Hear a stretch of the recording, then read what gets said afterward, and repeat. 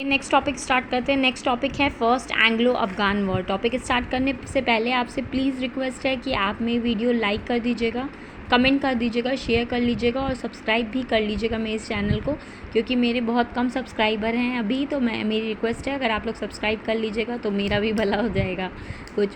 ठीक है, चलिए स्टार्ट करते हैं। प्रीवियस चैप्टर में हम लोगों ने ऑलरेडी ये देख लिया था कि भाई लैंड रूट बना रही थी इंडिया की तरफ और रशिया और फ्रांस आपस में मिल करके, जिसने बीच में रास्ते में पड़ने वाले पर्शिया को ऑलरेडी इन्फ्लुएंस कर लिया था। और ब्रिटिश ईस्ट इंडिया कंपनी ये नहीं चाहती थी कि अफ़गानिस्तान के थ्रू वो इंडिया तक आए। तो गवर्नर जनरल उस टाइम के जो थे वो लॉर्ड ऑकलैंड थे। 1836 में बने थे वो गवर्नर जनरल। दोस्त मोहम्मद जो थे उन्होंने ज्वाइन कर लिया था मतलब अफ़गानिस्तान के जो आमिर दोस्त मोहम्मद थे उन्होंने हाथ मिला लिया था रशिया और पर्शिया से, क्योंकि उनकी जो ट्रीटी थी वो ब्रिटिश ईस्ट इंडिया कंपनी से सही नहीं बन पाई थी। रीज़न ये था कि भाई British east India company Peshawar नहीं दे सकती थी, क्योंकि ट्रीटी ऑफ अमृतसर ऑलरेडी वो रंजीत सिंह के साथ कर चुकी थी और रंजीत सिंह के पास पेशावर था। तो इसलिए ये उनका फेल होने की वजह से वो रशिया और पर्शिया के पास अफ़गानिस्तान के जो आमिर थे दोस्त मोहम्मद, उन्होंने हाथ मिला लिया था। फिर अफ़गानिस्तान पर अटैक करने के लिए ब्रिटिश ईस्ट इंडिया कंपनी को कोई तो बहाना चाहिए था कि भाई क्या रीज़न बताएं जिससे अटैक कर पाएँ। तो अफ़गानिस्तान का प्रीवियस रूलर था शाह शुजा। उसको बोला, ब्रिटिश ईस्ट इंडिया कंपनी ने बोला कि शाह शुजा इस दोस्त मोहम्मद के बजाय शाह शुजा इस गद्दी का असली मालिक है और उसकी तरफ से हम लोग ये लड़ाई कर रहे हैं, वॉर छेड़ रहे हैं। शाह शुजा के बारे में जान लेते हैं। शाह शुजा जो हैं वो अफ़गानिस्तान में रूलर थे, आमिर थे 1803 से लेके 1809 तक। उसके बाद उनके ऊपर अटैक किया गया था, जिसकी वजह से वो पंजाब भाग करके चले गए थे। उसके बाद वो ब्रिटिश ईस्ट इंडिया कंपनी के पास मदद मांगने के लिए चले गए थे। अब 1809 से लेकर के शाह शुजा को ब्रिटिश ईस्ट इंडिया कंपनी ने पेंशन पे रखा था। अब आप लोग सोच रहे होंगे ये बंदा ब्रिटिश ईस्ट इंडिया कंपनी एक नंबर की कंजूस, इसको क्यों पेंशन पे रखी होगी। ब्रिटिश ईस्ट इंडिया कंपनी ने शाह शुजा को, अफ़गानिस्तान के आमिर को, इसलिए पेंशन पे रखा हुआ था क्योंकि अफ़गानिस्तान अभी तक ब्रिटिश ईस्ट इंडिया कंपनी ने कैप्चर नहीं किया था, तो वो इसको फ्यूचर में ये काम देगा उसकी तरीके से एक एफडी के तौर पे इसको रखा हुआ था। अब ब्रिटिश ईस्ट इंडिया कंपनी ने इसको पेंशन पे रखा हुआ था, ये तो मैंने आपको बता दिया। अब ब्रिटिश ईस्ट इंडिया कंपनी के गवर्नर जनरल जो थे लॉर्ड ऑकलैंड, उन्होंने महाराजा रंजीत सिंह के साथ और शाह शुजा के साथ एक ट्रीटी साइन की। जो इनसे मदद मांगने आता था पहले उससे 10 ट्रीटी इन लोग साइन कर लेते थे। तो ट्रीटी साइन की, उस ट्रीटी का नाम क्या था? ट्रापार्टाइट, पेजेस बहुत उड़ रहे, ट्रापार्टाइट ट्रीटी इन 1838। ठीक है, इसमें ब्रिटिश ईस्ट इंडिया कंपनी के लॉर्ड ऑकलैंड थे, शाह शुजा थे और पंजाब के महाराजा रंजीत सिंह थे। और इन लोग लड़ाई किसके अगेंस्ट लड़ रहे थे? दोस्त मोहम्मद के।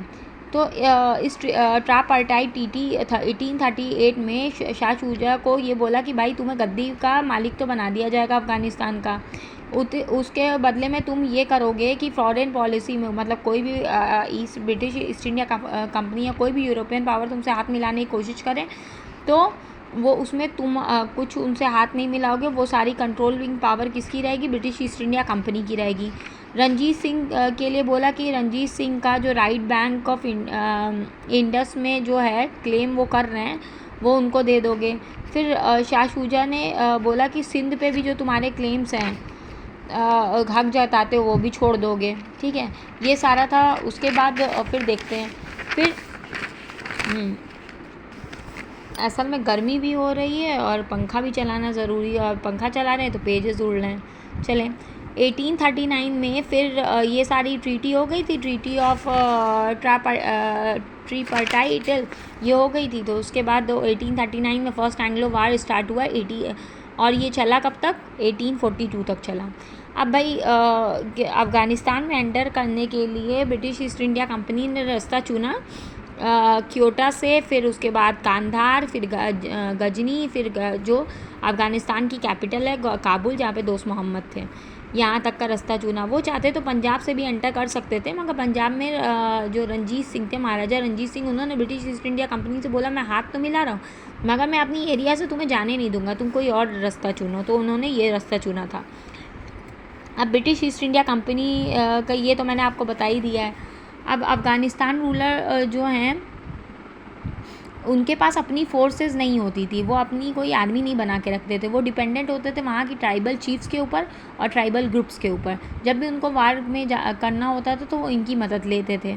और ब्रिटिश ईस्ट इंडिया कंपनी ने फिर जब यहाँ से क्वेटा से घुसी तो भाई एक एक अफ़गान ट्राइबल चीफ और अफ़गान ट्राइबल ग्रुप्स को वो ब्राइब देते हुए घुसी। फिर इसी तरीके से उन्होंने ब्राइब मतलब रिश्वत दी कि ताकि उन लोग उन्हें मारे पीटे ना और उनकी तरफ हो जाए। तो क्वेटा में घुसी 1839 में मार्च में, उनको ब्राइब दिया, वो उनकी तरफ हो गए। फिर कंधार में घुसी 1839 अप्रैल में, एक महीने बाद। फिर उसके बाद गजनी में घुसी जुलाई में, अप्रैल के बाद मई जून, 2 महीने बाद जुलाई में यहाँ पे हुआ। फिर काबुल में अगस्त में पहुँच गई थी।